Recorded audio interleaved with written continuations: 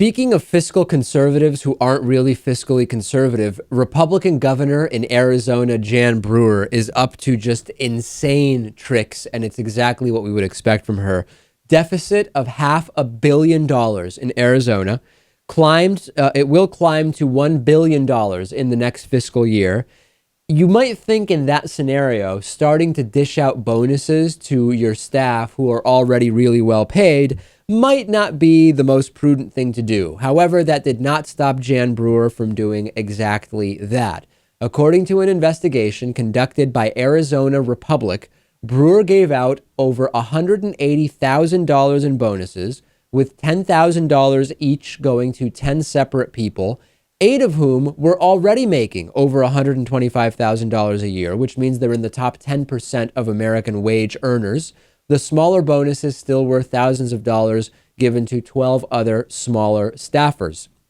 These are called retention bonuses, which is kind of like a way to say, hey, here's some money not to quit on us. Essentially, that's what a retention bonus is. Chief of Staff Scott Smith, for example, ended up making $175,000 last year after his bonus. Deputy Chief of Staff Kathy Peckert, $165,000. Budget Director John Arnold, $147,000.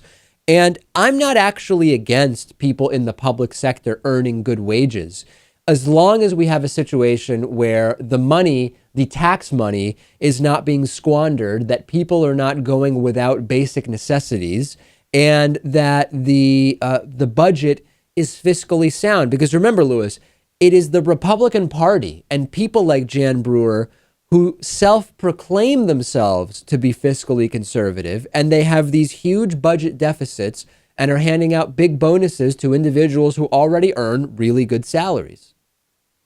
In states like Arizona and some states in the Southeast, this is the type of thing that's been happening year after year, term after term for decades.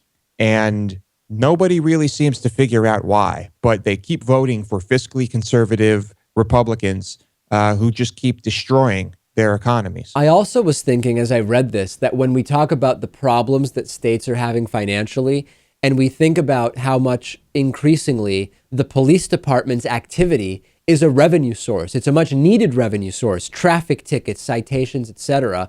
Don't you think we would realize by now, if we need police in order to be able to fund government, we need them to write tickets, and we have this huge deficit and Jan Brewer is handing out these bonuses, maybe we can't afford all those tax cuts that Republicans keep suggesting? I don't think we can. No, I think fiscally conservative is a misnomer when we're talking about these people. It's just a joke. How come their constituents can't understand what's happening here?